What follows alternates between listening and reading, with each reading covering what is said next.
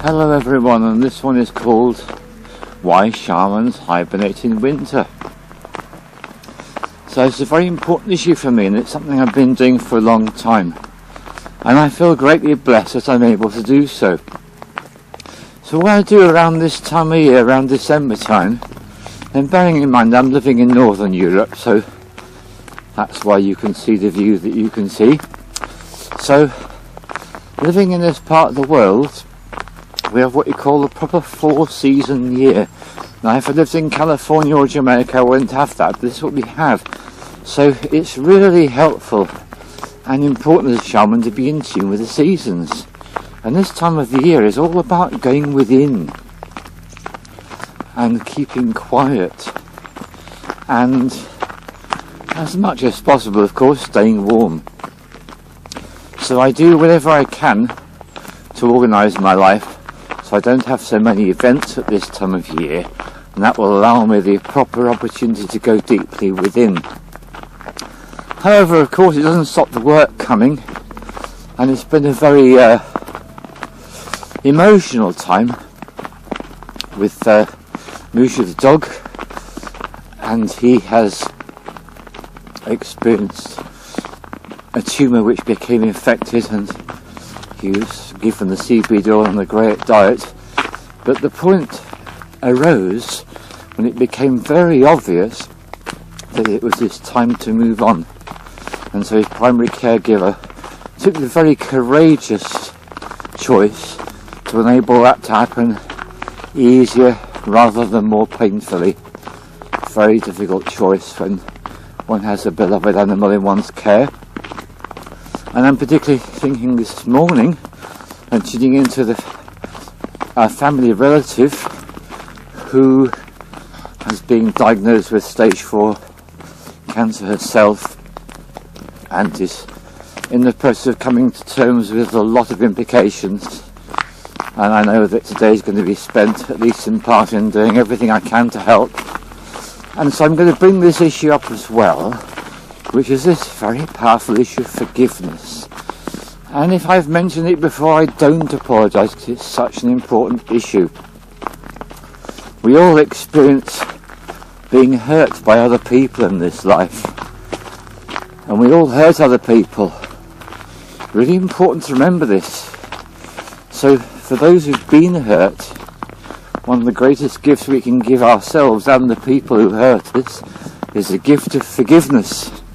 And the English language is a deeply spiritual, esoteric language, because it's all in there when you think about it. Forgiveness, it couldn't be more obvious. That's right. Forgiveness is forgiving. And it's forgiving, first of all, acceptance and understanding, and then eventually even appreciation and love. Because all those that hurt us give us an opportunity to forgive. And when we take that choice, we become the better person, the bigger person, the stronger person, the more spiritually evolved person, the wiser person, the person who really has the gift of understanding. So this is why forgiveness is so incredibly important. And as the dear comedian Russell Brand says, forgive everyone for everything. And that can be very, very hard, because some of us do suffer from the most grievous wounds, and yet this is still the lesson. And what I find so helpful to remember is that, as the author Shakespeare said, all the world is a stage, and we're actors and players taking our turns on the world stage, and we experience the best and the worst of existence. And as average human beings, we love the joyous times and we recoil from the hurtful times, and yet the lesson that spiritual life teaches us is a lesson that was taught years and years ago in China by the man, and he was just standing outside his house and someone rushed up and said, "Oh, the most amazing things happened.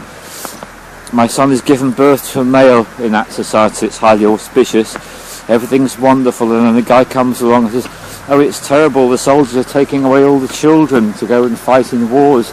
And the story goes on and on like this, and he talks about the most wonderful and amazing things, and every time the old man standing outside his house says exactly the same thing. He always says the same words. He says, "This too shall pass."